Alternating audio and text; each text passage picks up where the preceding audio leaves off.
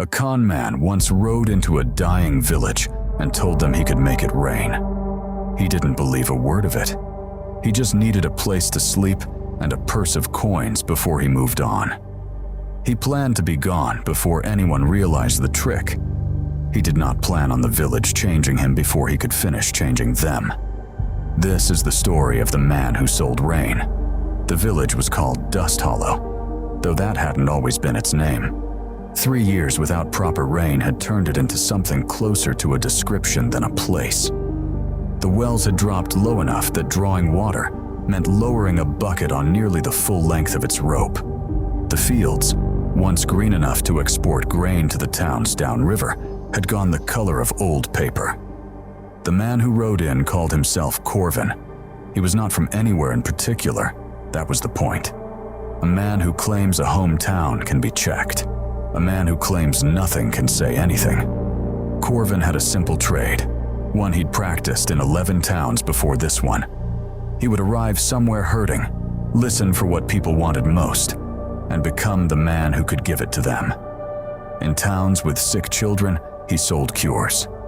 In towns with buried grudges, he sold prophecy. In a village where the sky hadn't opened in 3 years, the trade was obvious before he'd even dismounted his horse. He found the village elder, a tired man named Halden, and told him plainly, he was a rainmaker. He had learned it from a dying priest in a country far to the east. It would take 7 days, a private hut to work in, and food enough to sustain him while he did it. If it didn't rain by the 7th night, he would leave with nothing. Halden did not believe him. Halden also did not have anything left to lose. Word spread through Dusthollow before sundown. A rainmaker. People who hadn't smiled in months found themselves smiling at strangers in the street. An old woman brought Corvin a woven blanket as a gift before he'd done anything at all. A farmer offered him his best horse in exchange for moving the 7 days up to 3. Corvin accepted the blanket. He declined the horse, gently, the way a man declines something he plans to come back for later. That night, alone in the hut they'd given him, Corvin allowed himself to laugh. It was, he thought, the easiest job he'd ever taken. He would spend a week eating well, sleeping soundly, muttering nonsense over a bowl of water at dawn and dusk for the benefit of anyone watching through the window. On the 7th night, rain or no rain, he would be gone before first light. He did not think about what would happen to Dusthollow after he left. He never did. But Dusthollow made that harder than the others had. On the 2nd morning, a boy of about 9 followed Corvin to the well and asked, without any suspicion in his voice at all, whether the rain would be enough to save his grandfather's orchard.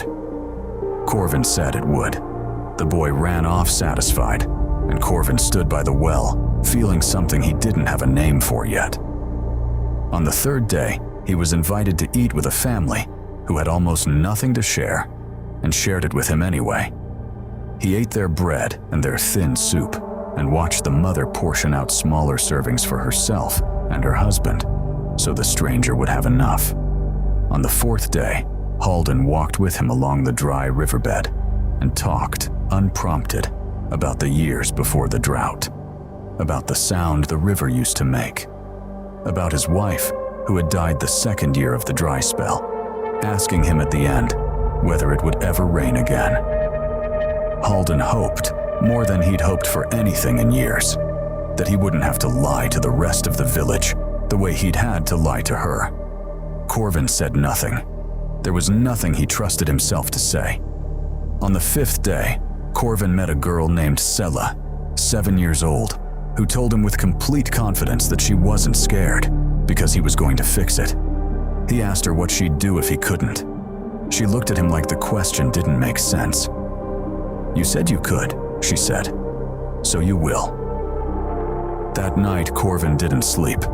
He understood, with a clarity that unsettled him, that he had done this before in 11 other villages, and had never once stayed long enough to see a child's face on the 8th day, when the promise came due and nothing arrived. He had always been gone by then. He realized, sitting there, that some part of him had already decided not to leave early this time. On the 6th day, Corvin did something he had never done in 11 towns. He asked questions that weren't part of the act. He asked Halden about the old irrigation channels that had once carried river water to the outer fields. He asked a retired quarryman about the hills to the north. He asked an old farmer where water used to pool naturally before the drought. He wasn't performing anymore. He genuinely wanted to know. By the end of the 6th day, working with 3 of the village's oldest and most capable hands, Corvin had a rough, unglamorous plan. Not for making it rain, because no one can do that, but for capturing and holding whatever rain did eventually come. Deeper wells in the right places, cleared channels, a reservoir dug into low ground that had once, decades ago, held water naturally. None of it would make rain fall that night, but it was, for the first time in his life, something real he was leaving behind. Instead of a lie, he was leaving ahead of himself. On the 7th night, the entire village gathered outside Corvin's hut. He stood in front of them and told the truth, or as much of it as he could manage. He told them he couldn't make rain. No one could. He told them the ritual had been invented, the priest in the east had been invented, and the confident stranger they'd fed and trusted for a week had come to their village, planning to take their gratitude and their coins and vanish before dawn. The crowd went very still. Then he told them the second thing. He told them about the wells, the channels, the reservoir, the plan he'd built with their own people over the last 2 days. "I can't give you rain," he said. "I can give you somewhere to put it the next time it comes. That's the only honest thing I have." Halden looked at him for a long moment. Then he said only, "It's been a long time since anyone in this village offered us something honest." Nobody cheered. Nobody forgave him outright. But nobody drove him out either. Selah, watching from beside her mother, simply asked if he was going to help dig. He said he was. Corvin stayed in Dusthollow for 6 more months. He dug alongside people whose bread he had eaten under false pretenses.